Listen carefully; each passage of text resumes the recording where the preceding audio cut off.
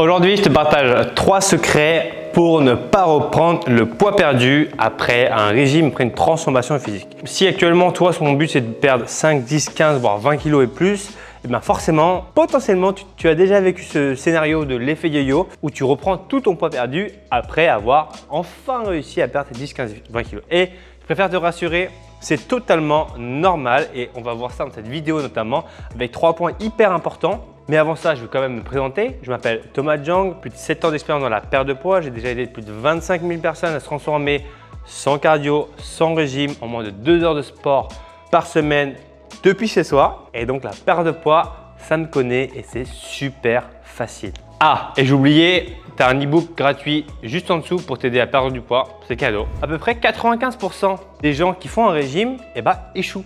Sache que tu n'es pas seul. Bon, c'est une bonne chose maintenant. La question à se poser, c'est comment font ces 5% de personnes qui réussissent? Moi, je le sais parce que c'est mon métier, ça fait plus de 7 ans que je fais ça. Eh bien, en fait, je vais te dire une chose, c'est ça, l'apprentissage. Pour être totalement honnête, quand j'ai commencé la perte de poids, on m'a jamais réellement appris à perdre du poids pour des personnes. Donc, moi-même, j'ai dû essayer mes erreurs. Je me suis blessé, ça n'a pas marché, ça a marché, etc. Donc, en fait, tu tâtes. C'est normal. Par exemple, peut-être que toi, tu as déjà fait du chant, du piano, du football, de la danse, qu'importe.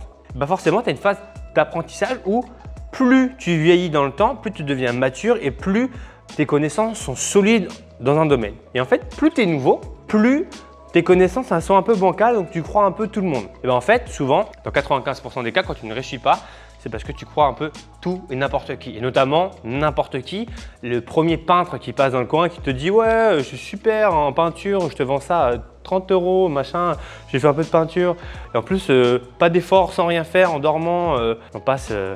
les exemples pullulent, mais quand on te dit en général que tu vas perdre du poids sans rien faire, en dormant, pizza tous les jours, etc., ça sent mauvais déjà. Ça, c'est une phase importante. Moi, ça m'a pris 7 ans à comprendre réellement la perte de poids. 7 ans. Donc peut-être que toi, tu n'as pas 7 ans devant toi et moi non plus. C'est pour ça que je suis le premier finalement à aller plus vite dans cet apprentissage-là. Et comment on va plus vite dans cet apprentissage-là? Eh bien, on apprend auprès des gens qui ont déjà réussi. Et ça, je le répète, c'est ce qui m'a aidé énormément, que ce soit dans la danse. Peut-être que j'essaierai de te mettre un passage. J'ai commencé la danse il y a 7 ou 8 mois. Je ne savais pas danser. Et là, plutôt pas mal. Mais pourquoi? Comment j'ai fait pour atteindre ce niveau-là? J'ai simplement, entre guillemets, pris un coach qui m'a aidé à aller beaucoup plus vite. Maintenant, certaines personnes parfois vont me dire « Ouais, mais j'ai pas d'argent, etc. » Et c'est compréhensible, il n'y a aucun problème. L'argent que j'aurais pu dépenser dans un restaurant XYZ, en fait, je l'ai mis dans une chose qui est plus importante que le superficiel, c'est soi-même. C'est avec soi-même que, entre guillemets, on va mourir à la fin. Sur un lit d'hôpital, il n'y a que toi-même. Quand tu nais, tu es tout seul. Mais la personne la plus importante aujourd'hui, c'est toi, ce n'est pas les autres. Donc, focalise-toi vraiment sur ton apprentissage. Peut-être que la nutrition, tu aimes bien. Eh bien, apprendre la nutrition. Une fois que tu as appris, en fait, tu vas comprendre comment faire pour ne pas reprendre ce poids après un régime. Parce que oui, on a des études scientifiques qui expliquent pourquoi tu vas reprendre ce poids-là. Moi, en tout cas, j'ai les datas. Je l'explique à tous mes élèves dans mes programmes sur notamment pourquoi en fait tu vas reprendre le poids perdu si jamais tu ne suis pas le bon protocole. La plupart du temps, les gens vont te dire oui, no pain, no gain, etc. Ça, c'est des conseils de merde. Il y a des vrais protocoles à suivre. Okay? Si jamais ça t'intéresse, on en parle dans la méthode mincirsanscardio.com que je te remets juste ici. Deuxième point, comment ne pas reprendre le poids après un régime? Évite les méthodes cardio plus diète ultra restrictive. Ça, c'est le meilleur moyen de reprendre le poids perdu. Parce que c'est un peu comme une bombe à retardement. Si tu te frustres trop, qu'est-ce qui se passe? En fait, c'est comme une petite bombe au fond de toi qui te dit putain, là, ça me fait chier, je fais des efforts, j'ai perdu que 3 kilos, 4 kilos, je vais craquer, etc. Et en fait, c'est une bombe à retardement et c'est terrible.